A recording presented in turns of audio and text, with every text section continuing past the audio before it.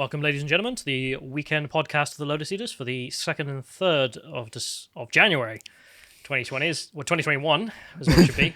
God, New Year's, messing up my dates. Yeah. But I'm joined by Hugo, and Hugo's going to be telling me about the climate lockdowns. It's like happening for like a month or something like that. It's like every day, 2020 off. Right, climate lockdowns. That's a thing, apparently. Yeah, so this is COVID lockdowns. People are pretty familiar with at this point. Yeah, where it's there's a lot of COVID, therefore we got to lock down the state.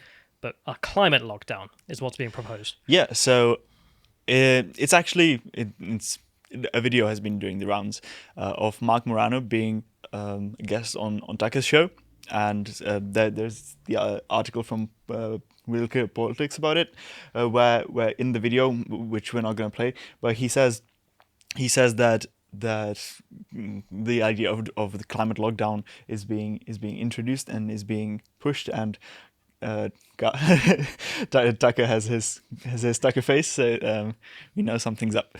So he says, Morano, by the way, is the guy behind the page. I can't remember exactly, but he's it's a climate skeptic webpage that is quite famous. There's a lot of resources on it, so he's famous in those circles. And he defined himself as a climate skeptic. Yeah, I think so. Like it's his kind of personality, I think. I don't know much about him other than that though, so he might not agree with it. So like please do other research as well. So what he says is that, quote, what they're trying to do, you saw Biden allude to it there with Build Back Better. They're trying to essentially use the COVID lockdown model for the climate emergency model. And they are going to go from COVID lockdowns to climate lockdowns. And so that's he says that, and he didn't really say where he got it from, but I looked into it, and that's what we're gonna talk about afterwards, because I mean, this is something I've it's a real thing. So. Yeah, I've heard the Green Party actually talk about this unironically behind closed doors. Green Party in the UK. Yeah, so there was a lady who co-founded Extinction Rebellion, right? And she gave an interview where she said, "Yeah, we were talking with the Green Party at the time, and we were running the numbers. How do we get it below this amount within this number of years?" And they just came to the conclusion, we're going to have to turn off the electricity for 2 days of the week. And it's going to be like the 70s. Yeah, people were like, she was like, "Are you guys nuts? This is not going to work. That's not a solution." And none of them could agree with her. And she ended up leaving the Green Party and Extinction Rebellion because of it. And they were like, "No, we can do this. We have precedent from the 70s. Thatcher ruined it." Well, they weren't arguing like that, but it's not unprecedented for radical Greens. Well, that's not a good thing. No, it's not unprecedented for radical Greens to argue this. Yeah, and so Morano continued. Senator Merkley, Democrat for Oregon, came out today and is urging President Joe Biden to declare a national climate emergency, which would give him emergency powers that he could bypass democracy, much in the same way that blue state governors have already done with the COVID lockdowns. Right, and so he's saying people are already pressuring him, or that this senator is already pressuring him. I think there might be much stronger pressures on Biden to do something like that, just because it's a thing, and as we'll see soon, it's real people, credible people saying this, right? And so what Morano also mentions is planned recessions and the degrowth movement, and he says that this is part of what the UN is talking about. Morano says that he's been to many talks and debates and conventions that the UN has held over like 20 years or something, and that these have been concepts that people have repeated over and over, like degrowth movement and planned recessions and things like that. And so that sounds a bit sketchy, but actually Klaus Schwab, in his book COVID-19, The Great Reset, that we've covered on the weekend podcast here, he talks about these things too. Like he doesn't say they are necessarily positive. He just says, okay, this exists and this is what it means, right? So it's not something that Morano would just like pull out of somewhere, and it wouldn't have any basis in reality, right? So this is a real thing. So it's we're not going to talk about them here now, but it's something that people should probably look into if they want to like be informed of what Klaus Schwab and what goes on in the UN sometimes and in other venues as well. Right, and so So there's just something that is sad that's going on. But this was Morano's appearance on Tucker, and so this was doing the rounds. And what's behind it? What's the basis of it, right? Because he was just saying this without claiming, without saying anyone's name or without citing any sources. And so the first article that we have here is how the institutional response to COVID-19 can prepare us for climate change.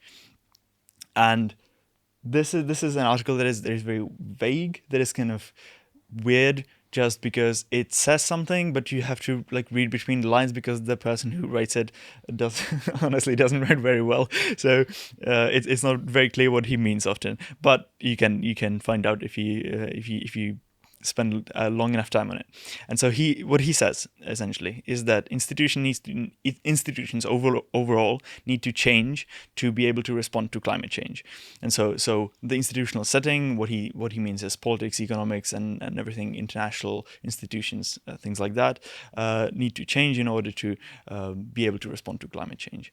He already says that international institutions already have some of the structures that are needed to address climate change, but national institutions aren't there, so they should be there, and they should be built up or kind of converted into to be able to take care of this issue better. And so he says, quote, "Political institutions' response to the pandemic could be a crucial dress rehearsal for a transition to a different economic model in the face of climate change." And so this is probably one of the things that Morano was talking about in that clip.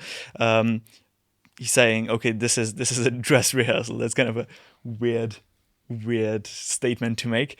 But then again, this person is an academic. He's got academic credentials, and he's written for a lot of institutions, but he doesn't have any public position. He doesn't hold any institutional power or anything like that. He just has informal power, as you can see by him writing on the World Economic Forum's webpage.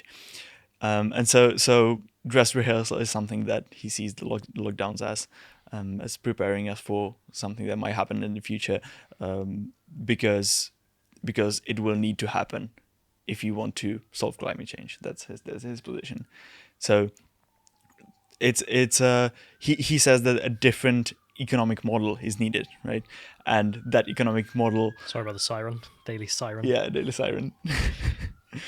So that a different economic model is needed, and the change to that model will be something along the lines of lockdown. So the way that a lot of institutions have changed and have transformed over this year, something like that might have to happen so that this kind of new structure will exist. If I wanted to be charitable there, I could say he's looking at, say, businesses that operate in offices in London that are extremely expensive, and they've all sent their staff home to work on laptops, and therefore we wouldn't have to pay for transport costs and whatnot.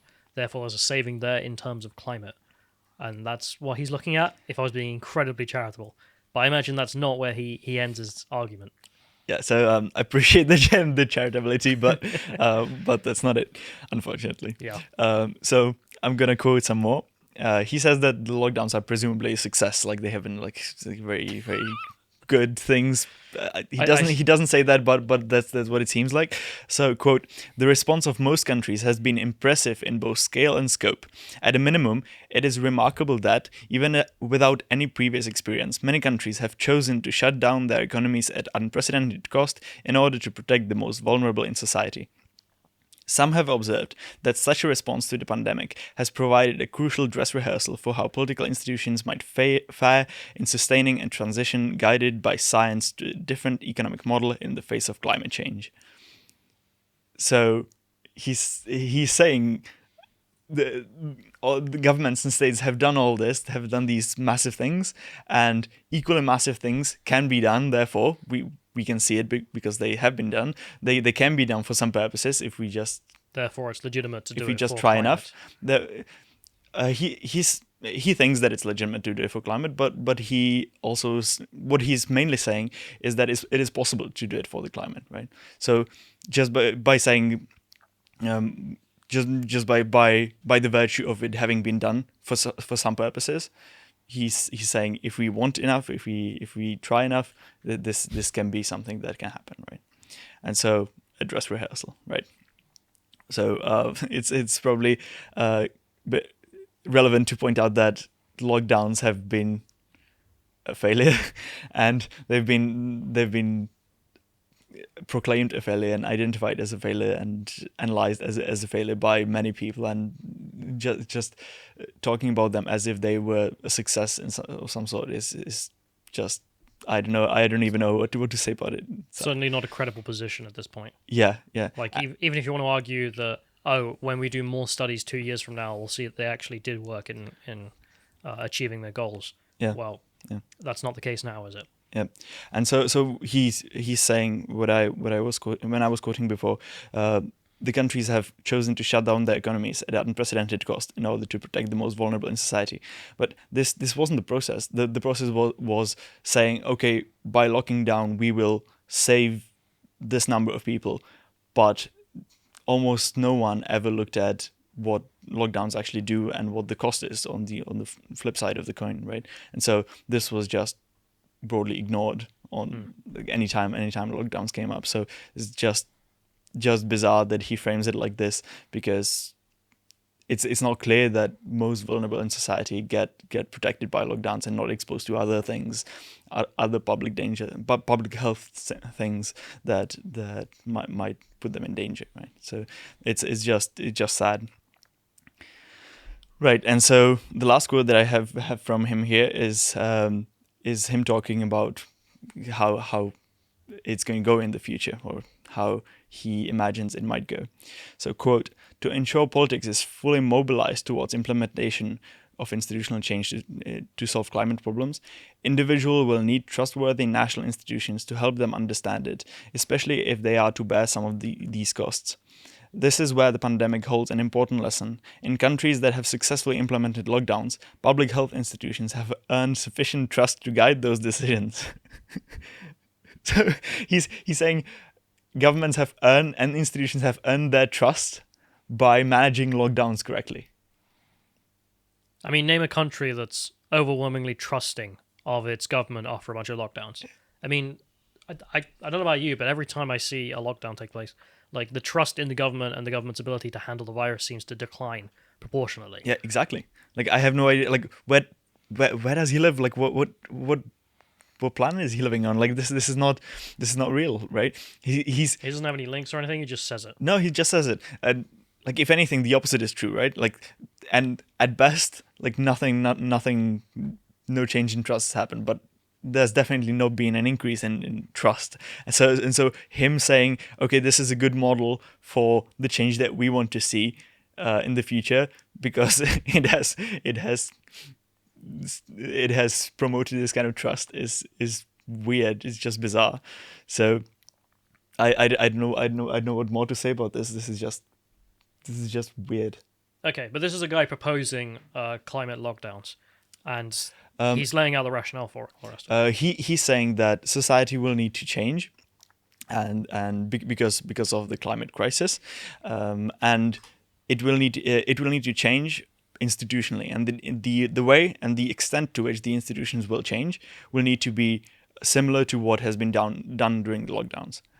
And so he's saying, okay, the lockdowns are a good precedent for what we will need to do in the future because of climate change. I mean, obviously nuts. So he's not saying it outright. He's not saying those explicit words, but it's there, right? And so this is from the World Economic Forum webpage, and this is one article from a series of articles and resources and things like that, which is on the World Economic Forum webpage under the heading "The Great Reset," which is basically a collection of these resources curated by the World Economic Forum. So this is part of it. So let's move on to another article, which is simply called "Avoiding a Climate Lockdown." So what he didn't say explicitly, the author of this piece says explicitly. And so who is the author of this piece? It's Mariana Mazzucato, who we already talked about last week. It's a big name. She's a big name in contemporary economics. She's like a popular economist celebrity, let's say, something like that, in academic circles, right? She's one of the people who are featured quite a lot on in the Great Reset resources, and so she's that kind of a person. She's a proponent of this kind of thing. Yeah. So her background is we already talked about this last week, but just quickly, she's a UCL professor. She is the founder and director of the Institute for Innovation and Public Purpose. And she has a master's in economics from the New School for Social Research, which has been called the home for generations of radical intellectuals. So that's her background, and she has a lot of books, a lot of appearances, a lot of talks, everything. She's very public, and she's this kind of progressive socialist kind of economist. So from that, I'm sort of guessing her position is the climate lockdowns are a good thing or they're inevitable or something. Yeah. So that's actually interesting because she keeps oscillating between those two positions, right? She's saying. She's framing it as avoiding a climate lockdown. So she's saying we need to do things to avoid it, but she's also saying those things will probably not happen, so we will have to do the climate lockdown. So she keeps like switching between those positions in that article a little bit, but it's one of those two positions that she holds, both. So she says, quote, "The world is approaching a tipping point on climate change when protecting the future of civilization will require dramatic interventions." So, tipping point. Okay, that's something that we've been hearing from environmentalists for a long time, and before decades at this point. Before the pandemic, it was headline news most days. It was just like this is the most urgent thing, urgent issue of the day. If it must have been at least 2019. I mean, when's Greta Thunberg getting out there? Yeah, I remember climate crisis becoming a massive. Yeah, it was 2019. Yeah. Yeah. So this is something it's not just 2019 either. I mean, for years it's always been this is the time. This is the only moment. We have no more time to waste. Yep. And so she continues. As COVID-19 spread earlier this year, governments introduced lockdowns in order to prevent a public health emergency from spinning out of control. In the near future, the world may need to resort to lockdowns again, this time to tackle a climate emergency. So explicitly saying it. We need to shut down all of the society in the same way we did for COVID because of the climate. And so she's being so specific. Quote, "Under a climate lockdown, governments would limit private vehicle use, ban consumption of red meat, and impose extreme energy-saving measures, while fossil fuel companies would have to stop drilling. To avoid such a scenario, we must overhaul our economic structures and do capitalism differently." So this coming from a socialist type. Yeah.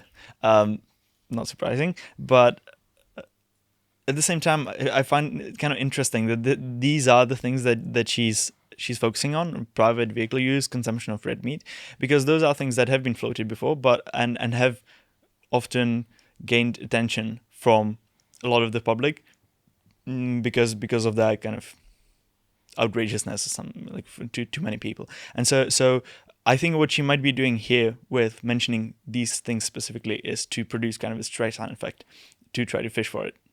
And so she's mentioning these things, but it's probably not these things that are the most important, right? Maybe they are, but she's I would guess that she has more things that she would want to see other than these 2 or 3 things under the climate lockdown, right? Yeah.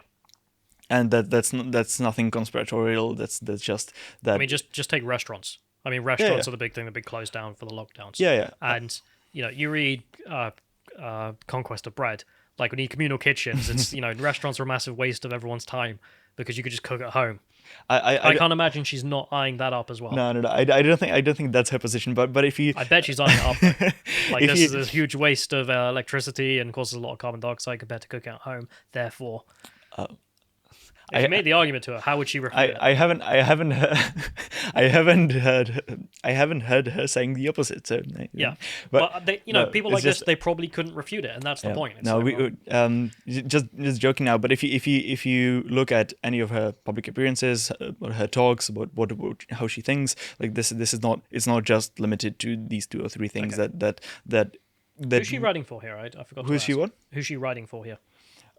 It's Project Syndicate, but this same thing also appeared on a couple of other websites. Okay. So it's not limited to this. So this is what's being pushed through the World Economic Forum. Yeah. This is a resource that I pulled from their repository on the Great Reset as well. Right. So then she says we must overhaul our economic system to avoid catastrophe and things like that. That's typical of what these people usually say. And then she says, COVID-19 is itself a consequence of environmental degradation.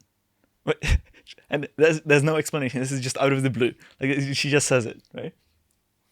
And I didn't like. Often I can imagine what these people think and how they think and what the thought process is. But here I'm just China's system of buying meat. I mean, we're just assuming it's from the Wuhan market. I don't know what the evidence is on that at this point. I'm just assuming it's true. That therefore, what, capitalism did this? I mean, I'm sure the Communist Party of China would agree that that's what's going on.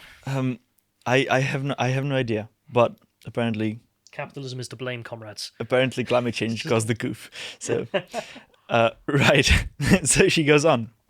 There are distorted values underlying our priorities. For example, we demand the most from our essential workers, including nurses, supermarket workers, and delivery drivers, while paying them the least. Without fundamental change, climate change will worsen such problems. One thing is that, for some reason, due to climate change, the workers that are now labeled as essential will be paid less. Which is weird. Like, what's going on? I don't get it. But what I want to focus on more is the framing. She's saying we demand the most from essential workers. So what if we turn it around? Like, the essential workers are the only ones that are allowed to work, right? Everyone else has been prohibited from working or restricted in some ways, and so these are the people who can actually earn a living. And okay, surely they're the privileged class. Well, like, not necessarily by virtue of what they do, but the government has kind of made them into it's like, yeah, we're part of it, right? We're part of the privileged class of essential workers, like we're in this studio. So, but there's the thing, like Carl mentioned earlier on the podcast we did, probably yesterday, the time it's gone up. But who is essential? Yeah. What is essential? Well, if it's just determined by a socialist who cares for nothing except the fact that society keeps turning. I mean, of course they're going to think that, we should feed people and get them to go to work, and that's about it. Joys in life, luxuries are not needed, all the rest of it. So, and I'm suspicious of that on the fact that she said, well, we need to pay these people more and make them, the only job, or that should be essentially the privileged class. I don't think that's her spin. Like, she's no, but the idea that basically the base needs of the society is all that's required, and you get this from climate activists and why we're talking about climate lockdowns, is that's all that should be required, and it's like, that's not life. Yeah, the climate lockdown thing is presumably predicated on that, like, you can decide what's essential and what not, same as the old lockdowns, right? So all the perceived luxuries in quotations will be purged. Exactly. And so someone is going to decide what is essential for you and what is not not essential will be shut down to limit carbon emissions. Okay, I mean, are restaurants essential, for example? Hard to tell. I don't know. Exactly, I don't know how they think, how they will decide this. She would say no, it's not essential. You can cook at home or something like that. Yeah. And let's say it causes more climate output, therefore we should get rid of it. But of course, what's essential is not down to some bureaucrat or some lady writing for the World Economic Forum or whatever. It's down to the individual. What is essential to you? I mean, what do you actually want? Yeah. So she continues, finance needs fixing too.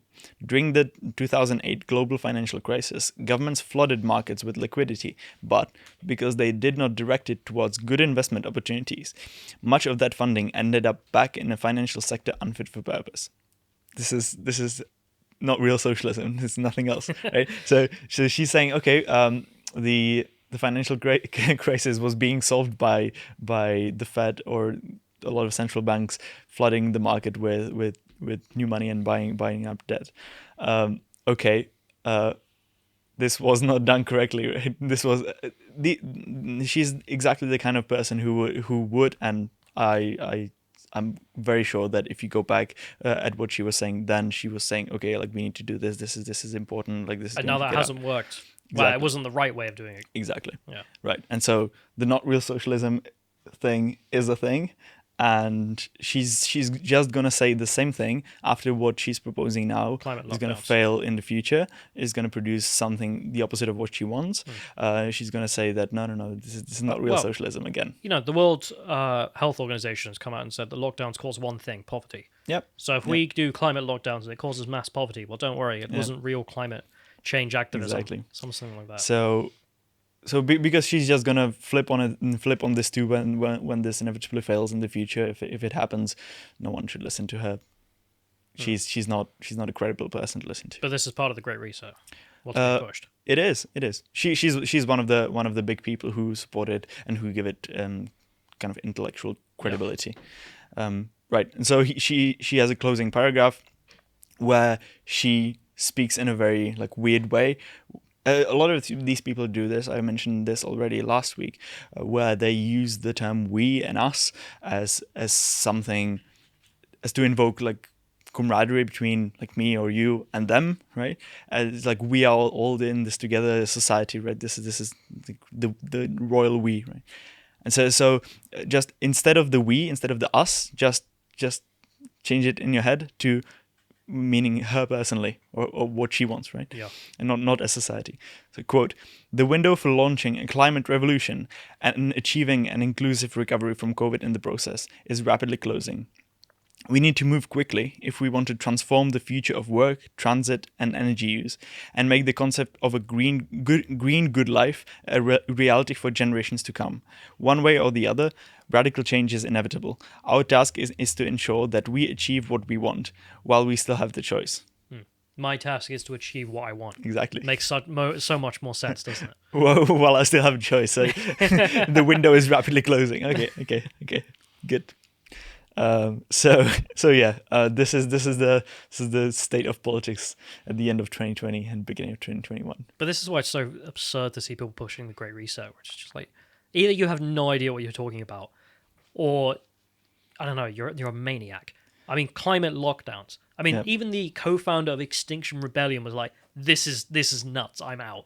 So, to be fair, this is not something that is pushed by many people who support the Great Reset, and not by Klaus Schwab himself.